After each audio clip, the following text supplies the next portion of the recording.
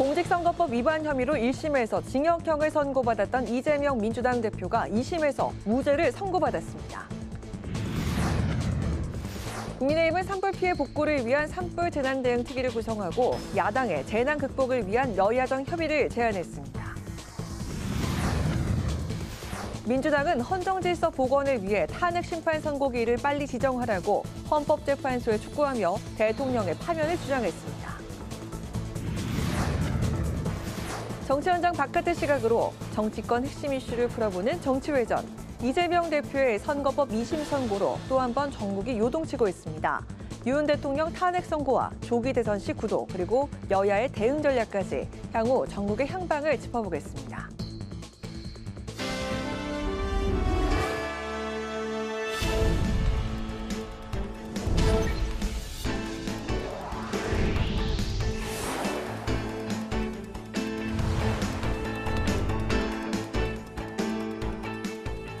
여러분 안녕하십니까? 3월 26일 수요일 국회 라이브 6 시작하겠습니다. 더불어민주당 이재명 대표에 대한 공직선거법 위반 사건 2심에서 무죄가 선고됐습니다. 재판부는 김문기를 몰랐다는 말과 백현동 발언은 허위 발언이 아니라고 판단했습니다. 이 대표가 사법 리스크를 덜어내면서 대선 가도에도 파란불이 켜졌습니다. 김동길 기자가 보도합니다. 법원이 더불어민주당 이재명 대표에 대한 공직선거법상 허위사실 공표 혐의에 대한 2심 판결에서 무죄를 선고했습니다. 1심은 이 대표에게 징역 1년에 집행유예 2년을 선고했지만 2심에서 이를 뒤집은 겁니다. 2심의 핵심 쟁점은 김문기 성남도시개발공사 개발 1처장을 모른다고 발언한 점과 백현동 관련 국토부 협박 발언 등 두 가지였습니다. 재판부는 1심에서 유죄가 선고됐던 김문기 씨와 골프를 치지 않았다는 발언은 해외 출장은 언급했지만 골프 언급은 없었다며 행위가 아닌 인식에 관한 발언이라고 판단했습니다. 백현동 발언도 전체적으로 의견 표명에 해당해 허위사실 공표로 처벌할 수 없다고 밝혔습니다. 이재명 대표는 재판부가 진실과 정의에 기반해 제대로 된 판결을 했다고 말했습니다. 또 검찰을 향한 비판의 목소리를 높였습니다. 이제 검찰도 자신들의 행위를 좀 되돌아보고 더 이상 이런 공력 낭비하지 않기를 바랍니다. 사필 기정 아니겠습니까? 국민의힘은 2심 결과에 유감을 표명했습니다. 또 재판부의 논리를 이해할 수 없다며 대법원에서 바로잡혀야 한다고 강조했습니다. 우리 당으로서는 대단히 유감스럽고 앞으로 이제 대법원에서 빨리 신속하게 633 원칙에 따라서 재판을 해서 그러니까 정의가 바로 잡히기를 기대를 한다는 말씀만 드리겠습니다. 검찰이 상고하면 대법원 판결이 남았지만 이 대표는 이번 판결로 사법 리스크를 덜어내면서 다음 대선 행보에도 탄력이 붙을 전망입니다. 국회 방송 김동길입니다. 국민의힘 지도부는 천안함 피격 사건 15주기를 맞아 순국 장병들을 추모했습니다. 여당은 산불 피해가 급속도로 확산되자 특위를 구성하고 야당의 정쟁 중단과 여야정 협의를 제안했습니다. 오다인 기자가 전합니다. 천안함 피격 사건 15주기를 맞아 국민의힘 지도부는 각각 평택과 대전을 찾아 순국 장병들을 추모했습니다. 권영세 비대위원장은 천안함 46용사 추모식에서 빈틈없는 안보를 강조했습니다. 기타 여러 가지 도발을 계속해서 자행하고 있다는 점에서 이 천안함 사건은 단순히 과거 한 시점에 있었던 사건이 아니라 현재 진행형이라고 생각을 합니다. 우리 국민의힘은 정부와 힘을 합쳐서 우리 대한민국의 안보를 지키는 데 최선을. 권성동 원내대표는 대전 국립현충원의 천안함 용사 묘역을 참배했습니다. 권 원내대표는 천안함 사건 당시 민주당 측에서 자폭설, 자작설 등을 퍼뜨리면서 용사들의 명예를 폄훼했고 지금까지도 사과가 전혀 없었다고 꼬집었습니다.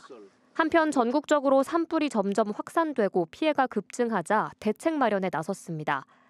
국민의힘은 민주당에 산불이 잡힐 때까지 정쟁을 멈추자고 제안했습니다.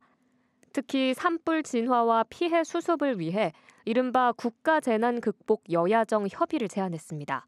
국가적인 재난 앞에 여와 야가 따로 있을 수 없다고 생각을 합니다. 오늘부로 이런 국가적 위기가 계속되고 있는 기간 동안은 최소한 정쟁을 멈추고 국민 앞에 하나된 모습으로 재난을 극복해 나가는데 힘을 모아야 된다고 생각을 합니다. 산불 피해 지원과 복구를 위한 당 차원의 특위도 구성했습니다. 국회 행안위원장인 이만희 의원이 특위위원장을 맡고 서천호 의원이 간사를, 그 밖에 정희용, 이다리, 서명옥 의원 등 8명이 위원으로 참여합니다. 특히 산불 대응에 당력을 집중하기 위해 헌법재판소 앞에서 진행하던 윤 대통령 탄핵 기각 촉구 릴레이 시위도 중단했습니다. 국회방송 오다인입니다. 더불어민주당은 헌법재판소 앞에서 윤석열 대통령 파면을 주장했습니다. 이재명 대표는 지휘탑이 무너져 나라가 혼란 그 자체라며 헌재에 빠른 선고를 요구했습니다. 김동희 기자입니다. 윤석열 대통령 탄핵 찬성파와 반대파가 대립하고 있는 헌법재판소 앞. 윤석열 대통령 탄핵 심판 선고가 예상보다 늦어진 가운데 더불어민주당은 헌법재판소 앞에서 릴레이 기자회견을 이어가며 윤 대통령을 즉시 파면하라고 목소리를 힘껏 높였습니다. 민주당은 존재 이유를 망각한 헌재의 침묵이 극우 세력의 준동을 일으키고 헌정질서 복원을 지연시키고 있는 만큼 당장 선고기일을 정하라고 촉구했습니다. 만약 윤석열에게 면죄부를 준다면 그것은 국민의 신임에 대한 배신이며 헌법의 사망사고이자 사망선고이자 민주공화국 파멸 선고가 될 것입니다. 민주당 지도부는 윤 대통령에게 면죄부를 주는 건 비상계엄 면허증을 주는 셈이라며 헌재를 압박했습니다. 이재명 대표는 절차를 무시한 채 위헌적 포고령을 선포하고 국회에 군대를 진입시킨 걸 세상 사람들이 다 봤는데 무슨 증거가 더 필요하냐고 반문했습니다. 그리 복잡한 사건도 아니지 않습니까?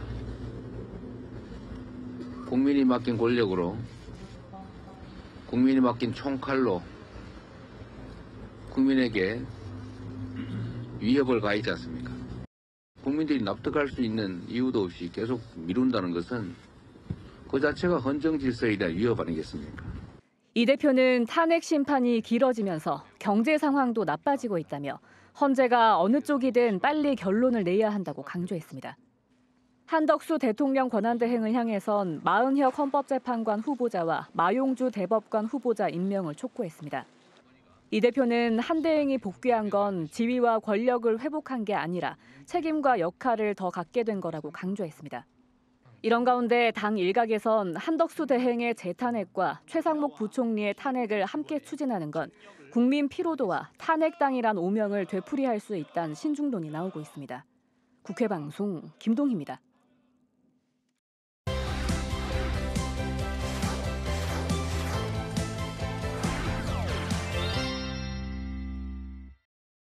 이슈픽 서한한 개건 기자와 함께 오늘 오후에 나온 이재명 대표의 공직선거법 위반 2심 재판 결과부터 상세하게 다뤄보도록 하겠습니다. 서한한 기자 안녕하세요. 네, 안녕하십니까? 네, 1심과 2심에서 다른 판단이 나왔습니다. 크게 두 가지 쟁점인데 1심에선 유죄로 봤습니다만 2심은 고 김문기 성남도시개발공사 1처장과 골프를 친 적이 없다. 그리고 국감 때 국토부로부터 협박을 받았다. 이 부분을 모두 무죄로 봤네요. 네, 그렇습니다. 이 오늘 법원의 선고를 쉽게 정리하면요. 인식하거나 의견을 발현한 것에선 거짓된 의도가 아니라면 이 공직선거법상에서 허위사실 공표를 적용할 수 없다라고 쉽게 정리가 가능할 것 같습니다. 이 당초 40분 정도로 예상됐던 선고가 1시간 30분 넘게 걸릴 정도로 오래 걸렸던 것은 이 1심 유죄 판단이 뒤바뀌게 된 이유를 설명하는데 재판부가 많은 시간을 할애했기 때문이기도 합니다. 1심에서는 이 김문기 전 처장을 몰랐다는 발언만 무죄로 봤고요. 그 이유는 안다와 모른다의 모호성을 본 겁니다. 그리고 1심, 이 김문기 전 처장과 골프를 친 적이 없다라는 발언에 대해서는 유죄로 봤었습니다. 하지만 오늘 2심 재판부 함께 골프를 치지 않았다는 부분에 대한 것은 기억에 해당되는데 같이 출장은 갔지만 이 골프를 친 것은 기억을 못한다는 취지일 수 있다며 이 증거라고 제시된 사진 역시 조작됐을 가능성을 언급했습니다. 이 국민의힘에서 공개했던 사진이 이 10명, 더 많은 사람이 함께 찍은 사진이 원본인데 그중에서 김문기 전 처장과 함께 찍힌 부분을 더 확대한 것으로 보이기 때문에 이재명 대표가 사진은 조작된 것이다라고 한 발언은 허위가 아닐 수도 있다라고 판단을 한 겁니다. 또 국정감사에서 국토로부터 협박을 받아서 부지 용도를 변경했다라고 발언한 것에 대해서도 이 정치적인 의견 표명에 해당하기 때문에 허위사실 공표로 보기는 어렵다라고 판단했습니다. 네, 당초에 이번 주가 바로 사법위크다 이런 얘기가 있었는데 오늘 그 이재명 대표 2심이 무죄가 나오게 되면서 그동안 그 한덕수 권한대행이 이렇게 결과가 한덕수 권한대행이 기각 결정까지 나기까지 지금 분위기와는 지금 사뭇 다른 분위기가 펼쳐질 것으로 그렇게 예측이 되고 있죠? 네, 그렇습니다. 이재명 대표의 오늘 2심 무죄 선고는 여러 가지 의미를 가질 것 같습니다. 일단 검찰 당연히 상고를 하겠지만요. 이 피선고권 박탈을 피하고 또 의원직을 유지할 수 있는 무죄가 나왔기 때문에 이 조기 대선이 열릴 경우에 사법 리스크가 최소화된 상태에서 조기 대선에 응할 수 있을 것으로 보입니다. 네. 물론 이재명 대표의 대장동 사건 등 이 다른 재판들이 여전히 진행 중이지만 헌재 선고에서 대통령 탄핵이 인용될 경우 이 대선 일정까지 고려하면 그 전에 1심 선고가 나올 가능성이 있는 재판은 없는 상태거든요. 동시에 민주당에서는 검찰에 대한 공세도 더 강화할 수 있을 것으로 보입니다. 무죄 선고가 나오면서 검찰의 무리한 기소다, 정치검찰이다라고 비판할 수 있는 명분과 증거가 생긴 셈이거든요. 네. 권영수의 국민의힘 비대위원장 긴말하지 않겠다. 대법원의 신속하고 현명한 판단을 기대하겠다면서 말을 아꼈는데요. 홍준표 대구시장 법원이 무죄 결과를 정해놓고 논리를 만든 것이다라고 강도 높게 비판하기도 했습니다. 네, 그 헌재에서 대통령 탄핵 심판 선고가 한 주 한 주 늦어지고 있습니다. 장외전이 장기화된 탓에 지금 이 국회가 멈춰져 있는 거 아닌가 하는 그런 우려가 나오고 있는데 상임위 14곳의 회의 건수가 일하는 국회법 기준 미달이라고 합니다. 그렇죠? 네, 오늘까지 일정이 안 나왔으니까 일단 이번 주 중에 선고는 어렵다 이런 관측이 나오는 상태죠. 네. 윤석열 대통령의 석방 이후 3주째 그리고 아마 다음 주에 가게 되면 4주째까지 장애투쟁이 이어지게 될 텐데 그러면서 점차 이 민생 국회와는 멀어지고 있다라는 우려가 나오는 것 같습니다. 윤 대통령 탄핵 심판이나 이재명 대표의 공직선거법 위반으로 서로 공세를 벌이면서 본연의 업무인 민생 입법이 등한시되는 게 아니냐 하는 우려인데요. 일하는 국회법, 민주당이 21대 국회 1호 당론으로 추진해서 2021년 3월 시행이 됐습니다. 국회 상임위 14곳의 3월 회의 개최 건수를 분석하면 일하는 국회법의 기준을 제대로 지킨 곳은 한 곳도 없습니다. 일하는 국회법에 따르면요. 상임위 전체 회의는 월 2회 이상, 또 법안 소위는 월 3회 이상 열어야 합니다.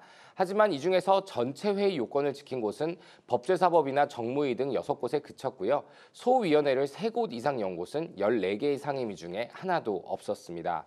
국회에서는 여야 의원들의 장애투쟁 일정으로 바쁜 탓에 회의 일정 잡는 것 자체가 어렵다라는 얘기가 나오거든요.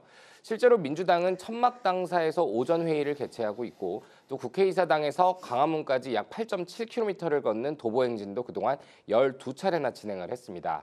또 국민의힘 의원들도 지난 11일부터 헌재 앞에서 릴레이 시위를 하고 있는 그런 상황입니다. 네, 특히 그 기재위와 선재위 같은 경우는 우리 경제와 민생과 관련이 있는 상임위일 텐데 아예 그 전체 회의 그리고 소회의도 열리지 않았다고 합니다. 여야가 민생을 두고 마주하는 그 여야정 국정협의회도 지금은 힘이 좀 빠진 느낌이죠? 네, 그렇습니다. 말씀드렸던 일하는 국회법, 가이드라인은 제시했지만 위반하더라도 별다른 제재 규정이 없습니다. 그래서 여야 모두 현재 주요 이슈로 꼽고 있는 게 상속세법이나 반도체 특별법이겠는데 정작 상속세법을 소관하는 기재위나 반도체 특별법을 소관하는 산자위는 회의가 아예 열리지 않아서 논의가 제대로 이뤄지지 못하고 있다라는 비판이 나옵니다. 대통령 탄핵으로 인한 공백을 최소화하겠다면서 여야가 민생을 두고 마주하는 여야정 국정협의회도 있지만 최근 말씀하신 것처럼 좀 유명무실해진 느낌이 들죠. 권성동 국민의힘 원내대표는 한덕수 권한대행 국무총리가 복귀를 했기 때문에 그동안 정부가 빠진 채로 진행됐던 여야 협의회를 다시 여야정 국정협의회로 재가동을 하자 이렇게 촉구를 하긴 했지만요. 당장 추경 역시 여야가 뜻을 모으고 있지만 원내대표가 지난 18일 회동 때 3월 안에 정부가 추경안을 편성해 제출해달라고 요청을 했지만 관련해서 실무협의 일정은 아직 미정인 상태입니다. 상황이 이렇다 보니 탄핵 정국에서 국회가 장애투쟁 대신 입법기관으로서의 역할에 충실해야 된다라는 비판이 언론에서는 나오고요. 야권에서는 헌재가 그런 만큼 더더욱 빠른 판단을 내려줘야 된다라는 목소리도 나오는 것 같습니다. 네, 오늘 이슈픽 여기까지 들어보도록 하겠습니다. 서원환 기자와 함께했습니다. 고맙습니다.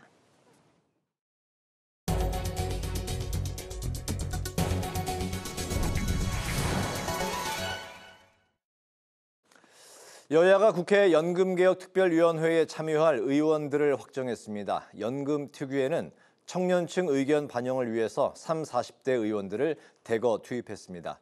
이 밖에 기후특위와 에이펙 특위의 구성과 앞으로의 활동 계획을 한규미 기자가 정리했습니다.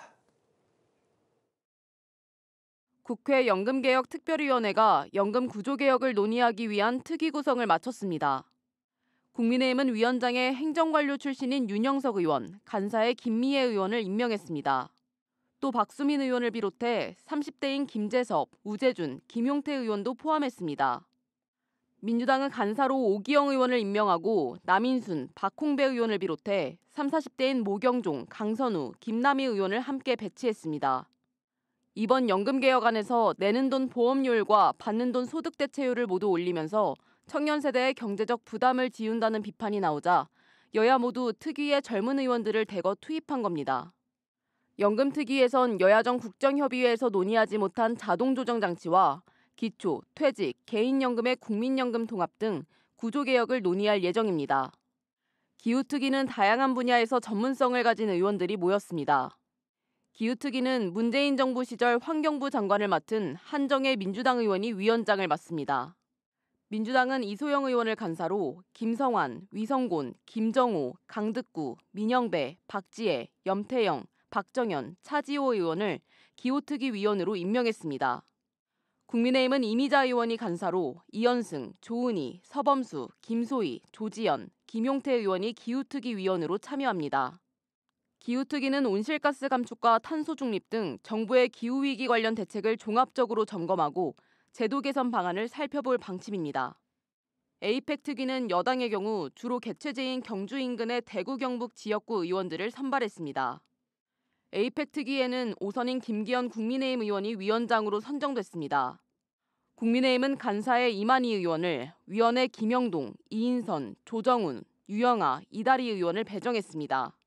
민주당은 간사로 정일영 의원을, 위원으로 윤우덕, 홍기원, 장경태, 허성무, 임미애, 김태선, 이병진, 이현희, 조인철 의원을 임명했습니다. 경주가 지역구인 김석기 의원은 외통위원장을 맡고 있어서 겸임을 할 수 없어 포함되지 않았습니다. 에이펙 특위는 올해 10월 말 경북 경주에서 열리는 제32차 에이펙 정상회의를 앞두고 국회 차원의 정책을 담당할 예정입니다. 국회 방송 한규미입니다. 국회 법제사법위원회가 전체 회의를 열고 윤석열 대통령 탄핵심판 선고 기일 신속 지정 촉구 결의안을 통과시켰습니다. 민주당은 내일 전원위원회에서 결의안을 보고하고 본회의에서 처리한다는 계획입니다. 법사위는 또 의사 인력 규모를 논의할 의료 인력 수급 추계위원회를 설치하는 내용의 보건의료 기본법 개정안도 통과시켰습니다. 개정안은 보건복지부 장관 직속으로 추계위원회를 설치해 직종별 보건의료 인력 추계를 심의하고 심의 결과를 바탕으로 의대 정원을 결정하는 방안을 담았습니다. 이 밖에 코로나19 백신 접종 피해 보상과 지원책을 마련하도록 하는 코로나19 예방접종 피해 보상 특별법 등도 함께 처리됐습니다. 국민의힘 권성동 원내대표가 대전 한국표준과학연구원을 방문해 기초과학과 이공계 분야에 대한 혁신적 지원을 약속했습니다.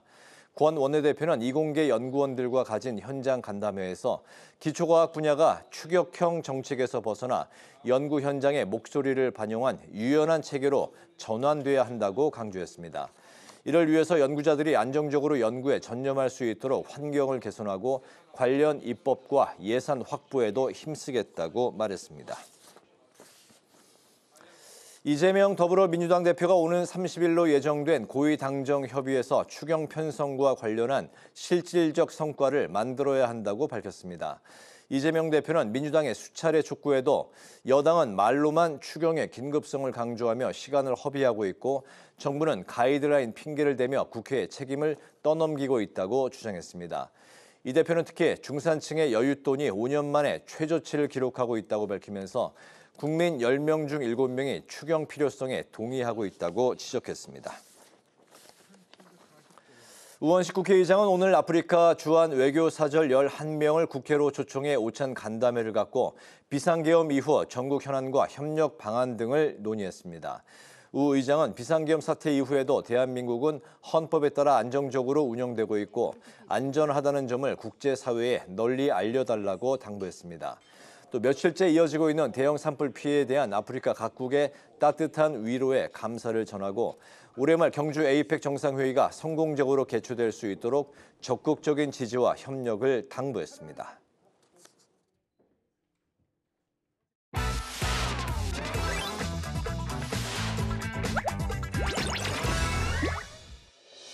(3월 26일) 강아랑이 전해주는 정치권의 뜨거운 말말말 강아랑의 정치랑입니다. 오늘 첫 번째 주제는 마은혁 임명 침묵입니다. 윤석열 대통령 탄핵 심판 선고를 앞두고 시위가 격화할 우려가 커지고 있습니다. 한덕수 대통령 권한대행은 탄핵 심판 결정이 어떻게 나오든 헌재 결정을 존중해야 한다고 호소했습니다. 헌법재판소의 결정이 어떤 결과로 귀결되더라도 그것은 민주적 절차를 거쳐 내려진 법적 판단으로 존중되어야 합니다. 한 대행의 발언에 대해서 야당에선 마은혁 재판관 임명이야말로 헌법재판소 결정을 존중하는 것이라며 마 후보자의 즉각 임명을 요구했습니다. 헌재는 이미 지난달 권한쟁의 심판에서 마은혁 재판관 미임명 상태가 위헌이라는 결정을 만장일치로 내렸고 한덕수 총리에 대한 선고에서도 마은혁 재판관 미임명이 위헌, 위법하다는 점을 분명히 했습니다. 마은혁 재판관 후보자를 즉각 임명하십시오. 앞서 헌법재판소는 한 권한대행의 탄핵소추안을 기각하며 마은혁 후보자를 임명하지 않은 것은 헌법 위반에 해당하지만 파면을 이를 만한 사유는 아니라고 판단했죠. 이에 대해 야당은 국회가 추천하는 헌법재판관에 대해서 임명 시한을 두는 법 개정을 검토하겠다고 밝힌 상황입니다. 현행 헌법과 법률엔 대통령이 언제까지 임명해야 한다는 규정이 없기 때문인데요. 또 조국혁신당은 한 대행을 향해 마은혁 후보자를 이번 주까지 임명하지 않으면 탄핵소추안을 다시 발의하겠다고 밝혔습니다. 이와 달리 국민의힘에선 대통령 탄핵 선고가 나올 때까지 임명을 해선 안 된다는 목소리가 나오고 있습니다. 대통령에 대한 그 탄핵 선고 때까지는 마은혁 재판관을 임명하면 안 된다고 당연히 생각을 하고 있고요. 마은혁 재판관 같은 경우도 이 정도로 본인의 어떤 성향이나 이런 부분에 대해서 국론이 분열되고 문제 삼고 있으면 저는 사퇴하는 것이 맞다고 봐요. 마은혁 재판관 임명을 둘러싼 여야 신경전이 고조되고 있는 가운데 한덕수 권한대행의 재탄핵 가능성까지 언급되고 있습니다. 말을 아끼고 있는 한덕수 대행, 친북을 계속 유지할지 결단을 내릴지 그의 행보에 눈길이 집중되고 있습니다. 이어서 오늘 두 번째 주제는 청년대 통합형입니다. 여야가 국민연금 구조개혁과 자동조정장치 도입을 논하는 국회 연금개혁특별위원회 명단을 발표했죠. 국민의힘 몫으로 된 연금특위위원장인 윤영석 의원이, 여야 간사로는 김미애 의원과 오기영 의원이 각각 내정됐습니다. 30대, 40대 의원이 다수 배치된 것도 주목이 됐죠. 이는 30대, 40대 의원으로 연금개혁특위 절반을 구성해달라는 요청에 여야가 화답한 것이라고 해석되고 있습니다. 특위 구성에 대해서 청년 세대 의견을 경시했다는 지적을 수용하고 구조개혁에 적극적으로 임하겠다는 의지를 보인 것이라는 평가가 나오지만 아쉽다는 의견도 나왔습니다. 야당은 그 기자회견 한 30대 의원들 다 배척했더라고요. 이재명 대표가 이 특위에서도 구조개혁 않겠다라고 저는 읽혔습니다. 그래서 이 특위가 공전될 가능성이 좀 매우 높다라고 생각되고, 연금특위 구성 논의에 적극적이었던 30대 의원들이 배제된 것을 문제 삼자 민주당은 다양한 세대를 아우르는 동시에 분야별 전문가를 고루 배치하는 데 중점을 뒀다고 밝혔습니다. 연금특위 논의하고 있는데 성공서공 절반 넘는 것 같아요. 연금개혁이 말씀드린 것처럼 첫 수를 배부를 수 없잖아요. 예. 그리고 연금이 국민연금 하나만 있는 게 아니에요. 예. 기초연금도 있고 퇴직연금도 있고 뭐 사적연금도 있잖아요. 그래서 여러 가지 연금 제도들이 어떻게 조화롭게 국민의 노후를 잘 보장할 수 있을 것인가. 국민연금 개혁안 후폭풍은 정치권에서 흔히 보여지던 여야 충돌 모습이 아닌 세대 간 충돌이라는 새로운 양상을 보이고 있는 상황이죠. 청년 세대 정치인들이 다수 참여하는 연금개혁특별위원회에서 세대별 갈등을 줄일 수 있는 구조개혁 논의가 활발히 이뤄질 수 있을지 지켜봐야겠습니다. 지금까지 강하랑의 정치 1항이었습니다.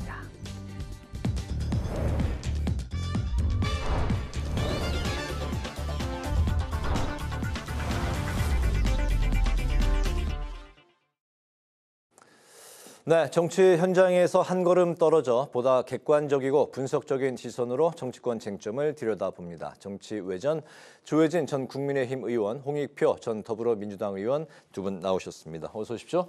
반갑습니다. 네, 전국이 무척 이제 급박하게 돌아가고 있고 이제 복잡다단한 상황이지만 지금 산불이 무섭게 번지고 있기 때문에 산불 대응부터 짚어보겠습니다. 지금 이 시각에도 피해 지역과 인명 피해가 늘고 있는데요. 산불이 역대 최악의 산불이다 이런 평가가 나오고 있는 가운데 여야가 총력 대응을 강조하면서 산불 추경에 한 목소리를 냈습니다. 그런데 이제 삭감이 됐던 예비비 2.3조가 논란이 되고 있는 것 같습니다. 이 부분부터 좀 산불 추경과 관련해서 좀 짚어보도록 하겠습니다. 조혜진 의원님 말씀부터 좀 들어볼까요? 예, 우리 국민들이 그 산불 지역 가까이 있는 분이든 멀리 떨어져 있는 분이든 엄청 놀라고 지금 걱정들 하실 것 같습니다. 네. 우리 한덕수 국무총리 말씀, 대통령 권한대행 말씀처럼 우리가 처음 접해보는 그런 그 대재난 형태의 산불로 지금 비화가 되고 있고 네. 아직도 제대로 안 잡히고 있는 상황이어서 일단은 어떻게든지 그 불을 잡는 쪽으로 최대한 그 노력을 집중해가지고 그 더 이상 피해가 더 확산되지 않도록 하고 또 빨리 좀 그렇게 잘 됐으면 하는 또 좀 바라고 있고요. 네. 그러면서 또 우리 국회는 국회로서 해야 될 일이 있기 때문에 당장은 산불이 어느 정도 잡혔을 때 진화가 됐을 때 그 이후 수습 과정에서 특별재난 지역 지정하고 재정적으로 지원하고 네. 하는 문제에 여야가 지체할 필요 없이 해야 되고 또 장기적으로는 특위 이야기도 나오던데 특위 만들어서 이런 현상이 이번에는 거의 예상치 않게 벌어졌지만은 기후 변화 상황을 보면은 빈번하게 앞으로 벌어질 가능성이 있기 때문에 네. 산불 대응 체계 자체를 우리가 업그레이드 해야 될 필요성을 이번에 보여줬다고 보거든요. 네. 그런 것들을 특위에서 좀 제대로 좀 마련했으면 좋겠고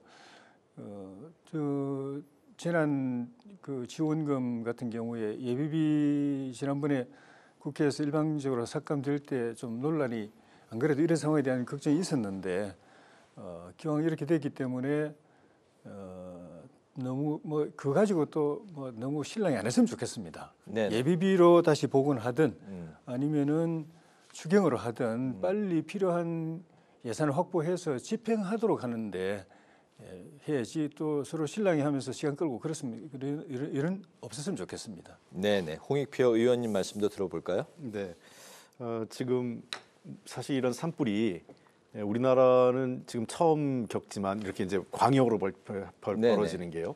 과거에도 뭐 양양 지역에서 이제 그런 그 큰 산불이 있었지만 이렇게 광역으로 또 장기간 이루어지는 건 좀 처음이기 때문에. 네. 그런데 우리나라 아닌 이제 미국이나 캐나다 그리고 호주 같은 데서는 이미 한 1개월이 넘게 불이 타고 막 이런 적이 여러 차례 있었지 않습니까? 네. 그래서 이거에 대한 우리도 좀 그 중장기적인 그리고 체계적인 대응이 필요한 것 같습니다. 우선 제일 중요한 것은 그 컨트롤 타워가 좀 정비돼야 될 것 같아요. 지금 일반 화재 같은 경우는 소방은 광역자치단체장 권한인데 이 산불에 대해서는 산림청 그 관할로 돼 있거든요. 네.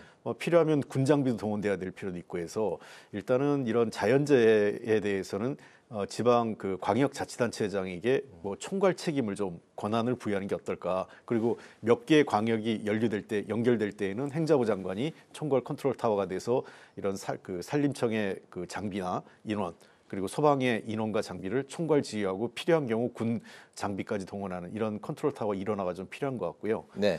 두 번째는 이번에 확인됐지만 장비, 헬기를 포함해서 노후된 장비하고 노후된 장비를 교체하거나 추가적으로 확충하는 게 좀 필요한 것 같습니다.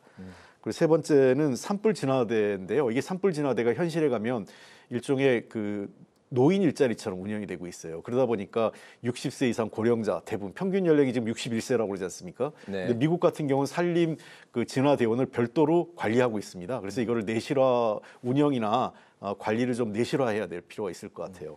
그다음에 마지막으로 산림 계획인데 이미 한 30여 년 전부터 전문가들이 제시한 게 우리나라 같은 경우는 나무가 소나무를 중심으로 한 침엽수 중심으로 돼 있기 때문에 화재에 굉장히 취약합니다. 네. 그래서 라인을 침엽수와 화렵수를 좀 섞어서 산림 계획을 하는 그런 중장기 계획도 마련해야 된다고 생각을 하고요. 아까 조혜진 의원 말씀하신 것처럼 지금 그 편성돼 있는 예비비도 충분히 쓸 수 있습니다. 우선적으로 쓰면 되는 거고 필요한 예산은 이번 추경에 어떠한 형태든 예비비도 좋든 아니면 뭐가 되든 이미 추경에 대해서는 여야가 어느 정도 의견이 좀 모아져 있는 상태이기 때문에 신속하게 해서 4월 중으로는 집행할 수 있게 하는 게 가장 중요하다 이렇게 보입니다. 알겠습니다.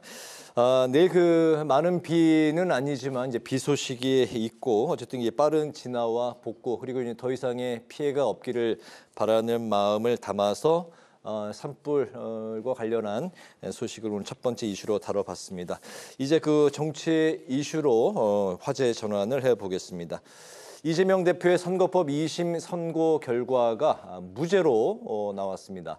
허위사실 공표와 관련된 핵심 쟁점이 이제 두 가지였는데 이재명 대표의 발언 중에 골프 사진이 조작이 됐다. 그리고 이제 국토부의 협박이 있었다. 이런 그 이 대표 발언에 대한 원심 판단이 뒤집혔습니다. 오늘 판결 두 분 많은 생각이 또 들으셨을 것 같습니다. 먼저 그 홍익표 의원님부터 들어볼까요? 네. 당초 1심에서 굉장히 무거운 형이 나와서 저희들도 굉장히 깜짝 놀랐었는데 다행히 2심 선고에서는 이재명 대표의 변호인단 측이 주장했던 내용들이 거의 다 수용이 된 것 같아요. 재판부가. 네. 가장 중요한 내용은 그 김문기 씨에 대해서 아느냐 모르느냐 이 문제는 인식과 기억에 관련된 문제이기 때문에 허위사실 유포의 대상이 아니다라는 것을 명확히 한 것 같아요. 그러니까 제가 예를 들면 이렇게 하겠습니다. 그 당시의 질문이 김문기 씨하고 골프를 친 적이 있느냐 또는 같이 만난 적이 있느냐 했을 때 그런 적이 없다 그러면 아마 허위사실 유포로 처벌됐을 거예요. 네. 근데 잘 아십니까에 대해서 잘 모른다. 이거는 인식의 문제였기 때문에 그리고 이후에 그 방송 내용을 전문을 보면 당시 하위직급이어서 내가 잘 몰랐고 나중에 저 대장동 문제가 불거지면서 알게 됐다. 누군지 정확히 알게 됐다. 이렇게 얘기했기 때문에 이건 인지와 기억의 문제였기 때문에 허위사실 유포가 아니었고 마찬가지로 골프장 사진 문제도 골프를 쳤냐 안 쳤냐가 핵심이 아니라 김문기 씨를 아느냐 모르냐의 질문의 연속선상이었기 때문에 사진 자체가 조작됐다.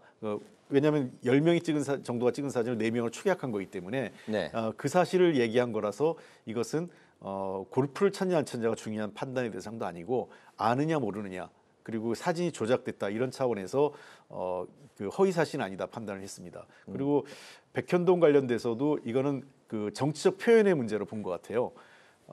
당시 이제 국정감사장에서 얘기를 했었는데 이 문제에 대해서도 당시 성남시장 또는 성남시 공무원들 입장에서는 중앙정부의 공문 자체만으로도 충분한 그 심리적 부담 또는 압박으로 느꼈을 수 있다. 그리고 협박이란 표현이 과하다. 이거는 이재명 대표도 인정한 부분 아니겠어요? 네. 협박은 내가 표현이 과했는데 어떤 심리적 부담, 압박이라고는 뭐 충분히 그렇게 표현할 수 있는 근거가 있고 그래서 이거는 허위사실 유포의 대상이 아니다 하는 측면에서 이번에 완전히 무죄가 난 거고 저는 사법부에서 법리에 따라서 제대로 된 판결을 한 것 아닌가 이렇게 생각을 합니다. 네. 조 의원님도 오늘 판결 좀 예상을 하셨을까요? 아니요. 뭐 저뿐만 아니라 거의 대부분 깜짝 놀라셨습니까? 놀란 건 아니지만 거의 다 뭐 유죄 나올 걸로 보고 네. 그다음에 유죄를 전제로 해가지고 뭐 다음 대선을 어떻게 하느냐, 뭐 조기 대선이 있으면 출마할 수 있느냐 없느냐, 네. 뭐 당선되면 어떻게 해야 되느냐 이런 논란을 계속 해왔던 거는 유죄를 전제로 했던 것이거든요. 네. 무죄 나오면 사실 뭐 그런 거 이야기할 필요도 없었던 걸 보면은 뭐 정치적 입장을 떠나가지고 거의 유죄로 인식을 하고 있었던 것 같은데 의외의 결과가 나왔죠. 그 우리의 예상하고도 상식하고도 많이 벗어나지만은 기존의 법원의 이 판결 흐름하고도 많이 좀 떨어져 있는 판결이 나온 셈입니다. 기존에는 허위사실 공표죄에 대한 처벌이 점점 좀 강화되어가는 추세였거든요. 네. 딱 예외적으로 2020년도에 똑같은 이재명 대표가 형님을 정신병원에 강제 입원시켰느냐 그 가지고 거짓말했다고 해서 허위사실 유포죄로 공표죄로 해서 1심에 무죄, 2심에 피선거권 상실형 받았는데 3심에서 그대로 확정될 줄 알았는데 3심에서 무죄가 나왔어요. 네네. 그것도 그냥 무슨 어느 한 소부가 아니라 전원 합의체, 제 기억엔 전원 합의체에서 했거든요. 그래서 많은 사람들이 이거는 기존의 법원이 허위사실 공표죄를 엄격하게 처벌했던 거하고 완전히 다른 대법원 판결이 나왔기 때문에 이게는 이제 판례 변경이다. 이제부터는 이걸 신호탄으로 해서 법원의 처벌이 상당히 이제 완화되겠다라고 이야기했는데 그 뒤로 또 똑같이 엄격하게 나머지 법원들은 엄격하게 처벌을 해왔습니다. 최근만 하더라도 민주당 소속의 유시민 의원이라든지 전 의원이라든지 최강욱 전 의원이라든지 또 양문석 의원이라든지 이런 분들이 똑같은 허위사실 공표죄로 그분들도 되게 이제 말 가지고 그렇게 된 건데 그렇게 됐거든요. 네. 그리고 1심도 마찬가지로 유죄로 나왔고. 근데 그런 측면에서 보면은 대법원 판결이 났음에도 불구하고 기존의 법원들이 법원이 그걸 새로운 판례를 인정하지 않고 그는 이상한 이해할 수 없는 어떤 튀는 판결이었다고 생각하고 엄격하게 처벌하던 관리를 계속 유지해 왔는데 오늘 재판은 그에서 이제 결이 다른 거죠. 상당히 완화시켜 버렸습니다. 허위사실로 처벌할 수 있는 범위를 확 좁혀버렸고 웬만해서는 허위사실이 안 돼, 이야기해도 사실과 틀려도 처벌 안 되게 그렇게 했는데 이것이 법원에서 빨리 정리가 될 필요가 있을 것 같습니다. 지난번에 말씀드린 것처럼 2020년도에 법원에서 전원합의체로 결정했는데도 그대로 다 될 줄 알고 다 기대했는데 똑같이 엄격하게 처벌하는 바람에 사람들이 많이 당혹했거든요. 그래서 대법원에서 이런 이번 2심 판례대로 앞으로 확 바꿀 건지 아니면은 이걸 이제 파기해가지고 유죄로 하면서 허위사실 공표죄는 여전히 엄격하게 처벌한다. 이걸 분명히 해주든지 빨리 해줘야 될 것 같아요. 알겠습니다. 최종심 대법에서는 좀 어떤 판결이 날 걸로 예측하시는지 짧게 먼저 좀 들어볼까요? 글쎄요, 뭐 대법에서도 저는 뭐 크게 걱정을 하지 않고요. 다만 하여간 우리 사법 체계를 존중해야 될 필요성이 있다고 생각을 합니다. 그래서 자꾸 이게 정치적 성향에 의한 판결이다 이런 비판보다는 법리적으로 잘못된 거에 대해서는 지적할 수 있지만 우리가 사법부, 헌법재판소, 선거관리위원회는 저는 우리 공동의 운물이라고 생각하기 때문에 이걸 침을 뱉거나 이렇게 못 쓰게 만들어서는 안 된다 이렇게 생각을 합니다. 대법에서는 뭐 뒤집힐 가능성이 많이 있다고 보시는 건가요? 저는 그 가능성이 높다고 보는 게 이게 대법원이 좀 전에 말씀드린 대로 그렇게 전원합의체로 다른 결정을 했음에도 하위법원들이 똑같이 처벌하는 걸 보면은 이게 도도한 흐름이거든요. 공직자, 선출직, 고위직에 대해서는 더 엄격하게 더구나 이제 정보가 범람하는 그런 시대이기 때문에 더 엄격하게 된다는 게 법원 내부의 도도한 흐름이기 때문에 대부분에서 새로운 판결을 내리는데도 그거 사실상 무시돼 버리는. 그래서 만약에 이걸 그대로 받아준다고 하면은 대부분 이제 법원의 이 허위사실 공표죄 처벌이 확 바뀌는 상당히 중요한 이제 분수령이 되기 때문에 그런 점에서 대법원이 빨리 결정을 해줘야 될 것 같아요. 알겠습니다. 633 원칙이 지켜진다면 6월 26일 안에 이제 최종심이 나올 수 있는 상황인데 어쨌든 이제 지켜봐야 될 것 같고 오늘로서 이제 이재명 대표로서는 사법 리스크를 완전히 털어버린 건 아니지만 어쨌든 이제 좀 한결 가벼운 마음으로 만약에 있을 조기 대선의 대권 가도에 탄력을 더하게 됐습니다. 아직 윤 대통령 탄핵 선고가 이제 남아 있는 상황에서 오늘 이재명 대표의 2심 선고가 미치는 향후 그 전국의 향방 좀 어떻게 두 분은 바라보고 계실까요? 어떤 시선으로 오늘 판결을 보셨습니까? 결국은 대통령 탄핵 결정이 이제 독립 변수고, 네. 어떻게 보면 이제 종속 변수 같아요. 탄핵이 인용이 돼가지고 조기 대선이 치러지게 되면 오늘 이 판결이 이재명 대표한테는 상당히 날개를 달라주는, 물론 네. 이제 그 만약에 대법원이 제가 기대한 것처럼 빨리 조기에 결정 내려주고 그것이 기존의 흐름을 유지하는 쪽으로 가면은 뭐 오늘 그 판결은 그냥 일과성 네. 되어버리겠지만은 그렇지 않고 조기 대선이 있고 저 결정이 미뤄지거나 아니면은 대법원 판결이 내려지더라도 판례를 바꿔서 이 판결을 그대로 유지하는 쪽으로 가게 되면은 이 대표는 굉장히 힘을 얻게 될 것이라고 봐야 되고. 네. 근데 그렇지 않고 대통령 탄핵이 기각돼서 직무에 복귀하게 되면은 원인 그 원위치가 돼버리기 때문에 대통령 임기가 일단은 2년 반 이제 보장돼 있는 상황이고, 그 사이에 이재명 대표에 대한 이 오늘 2심에 3심이 또 있을 것이고 또 나머지 사건들에 대한 재판들이 있을 것이기 때문에 네. 대통령이 다시 복귀하게 되면은 오늘 재판이 판결이 이 대표한테 뭐 크게 그렇게 의미를 갖기 어려운 상황이 될 걸로 봅니다. 네. 대통령 탄핵 기각의 인용이냐가 주요 변수죠. 네네.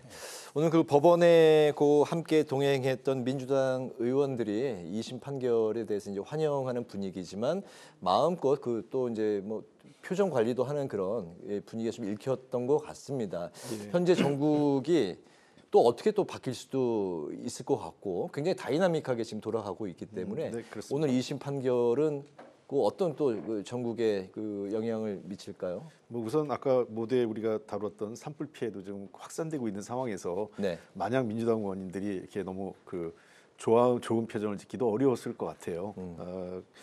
그다음에 어쨌든 이재명 대표의 이번 2심 판결이 났기 때문에 저는 더 이상 사법 문제는 사실상 큰 흐름에서는 더 이상 이재명 대표의 발목을 잡기 어렵지 않을까 이런 생각을 합니다. 왜냐하면 실제로 3심이 대선 이전에 나오기는 어려울 것 같고요. 네. 그리고 3심 이전에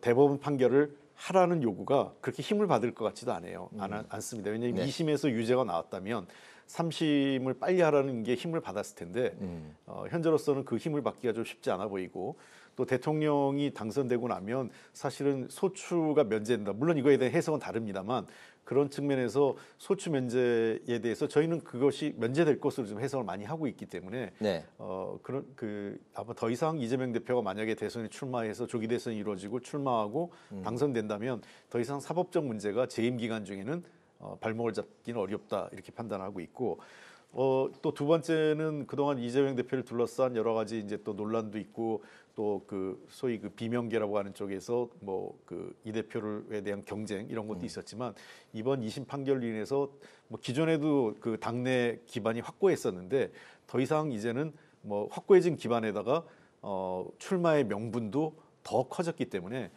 저는 앞으로 이재명 대표의 민주당, 그러니까 민주당의 이재명 대표 체제는 그 다음에 만약 조기 대선이 이루어진다면 이 체제가 대선까지 끌고 가는데 큰 문제가 없이 나가지 않을까. 그리고 확고하게 국민적으로도 이재명 대표가 위력 대선 후보 지금 여전히 높은 지지율이 나오고 있는데 네. 저는 그런 측면에서는 뭐 굉장히 유리한 고지를, 그러니까 본선에서도 경쟁력 차원에서 충분하게 명분과 실리를 다 거둔 것 아닌가 생각합니다. 네, 조기 대선과 그리고 이제 만약에 조기 대선이 열렸을 경우 이재명 대표가 당선된다면 그 재임 기간까지도 그 사법 리스크에서 완전히 벗어나는 계기가 됐다. 동의하십니까? 그 부분은 결국 이제 대법원에서 결정할 일이잖아요. 소추 재판을 중지한다 또는 관계없이 계속 재판을 한다. 대법원이 결정 사항이니까 그것을 제가 만약에 조기 대선이 있게 된다고 하면은 네. 법원이 좀 전에 그 2심에 대한 최종심을 빨리 결정하는 것과는 별개로 그거에 대한 입장도 빨리 밝혀야 된다고 봅니다. 네. 결과를 보고서 하게 되면은 결국 사법부가 정치 권력에 쫓아가는 걸밖에 안 되는, 국민들 눈에 그렇게밖에 안 비치기 때문에 독립된 사법부가 아니라 권력에 그냥 이렇게 그 불신하는 사법부로 보이기 때문에 원칙 없이 그래서 미리 그것을 당선 그 누구의 경우도 관계없이 이런 케이스면은 당선되더라도 이미 진행되고 있는 재판을 그대로 진행한다. 아니면은 안 한다. 또는 뭐 헌법에다가 이제 그걸 이제 규정을 할 필요성을 제기를 한다든지 했던 입장을 분명히 이야기를 해야 되고 그렇지 않고 만약에 조기 대선이 있고 이 대표가 당선되고 또 취임하고 그 과정에서 대법원이 재판을 연기하고 퇴임 이후로 연기하고 하게 되면은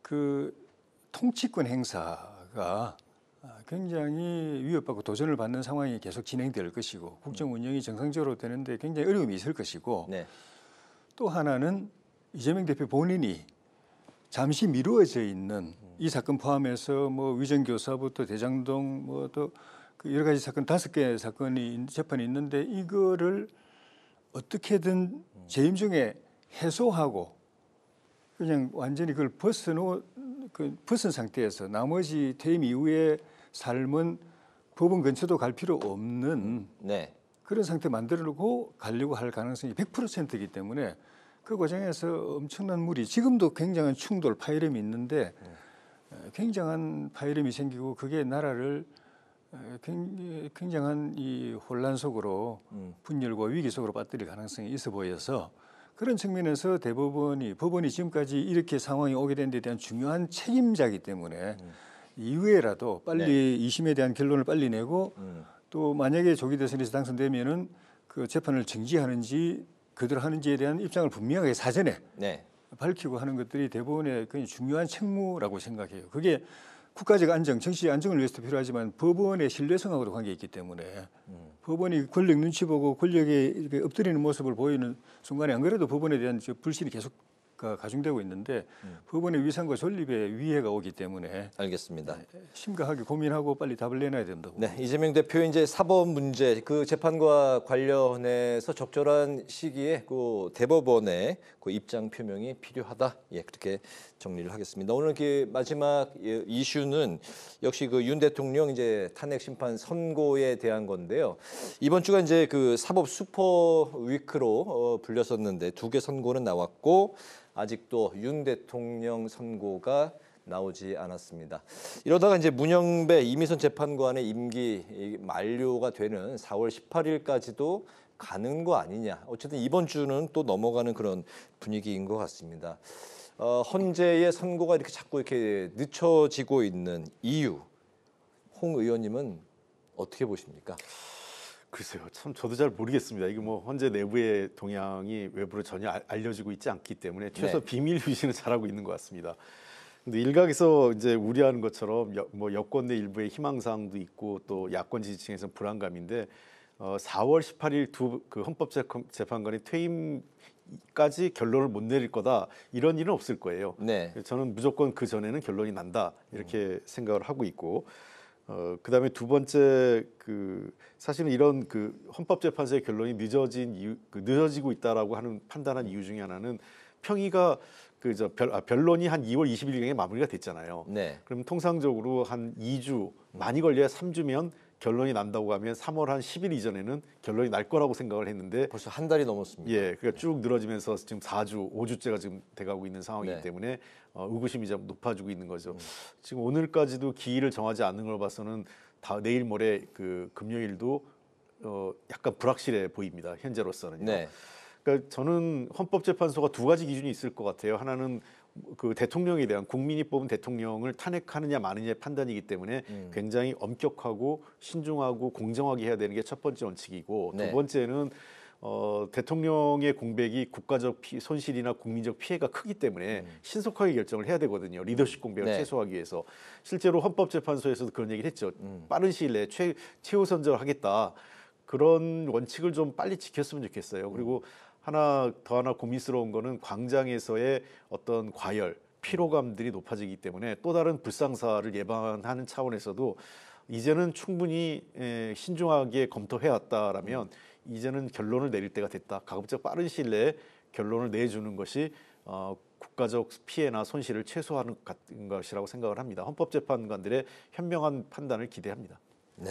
왜 이렇게 늦춰지는 걸까요? 언제쯤 나올까요? 이미 많이 그 예상보다는 많이 늦었고, 근데 제 예상의 기준에서는 그렇게 늦은 게 아닙니다. 저는 굉장히 빨리 된다고 이야기들 다 할 때도 네. 구조로 보니까 이게 빨리 될 게 아니라고 계속 이제 좀 늦게 되는 쪽으로 제가 계속 예측을 했었기 때문에 네. 그렇긴 한데 빠르면 이번 주 뭐 4월로 넘어갈 수 있다고 말씀하셨죠.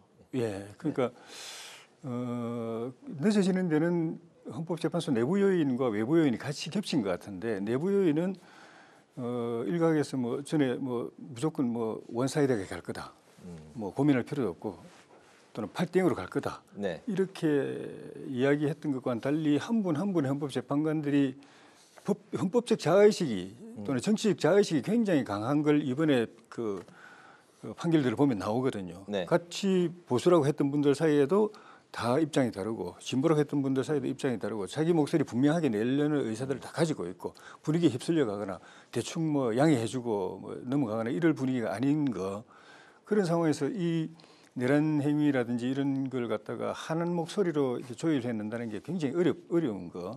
근데 외부적 요인은 민주당에서 탄핵을 너무 많이 해가지고 어쨌든 헌법재판소에 그 같이 요거 하나만 있었으면은 빨리 끝냈을지도 모르는데 딴 것도 같이 해야 되니까 중간중간에 계속 하나하나를 또 이제 결과를 또 발표해주고 정리해주고 이래야 되니까 그만큼 시간이 뺏길 수밖에 없는 거.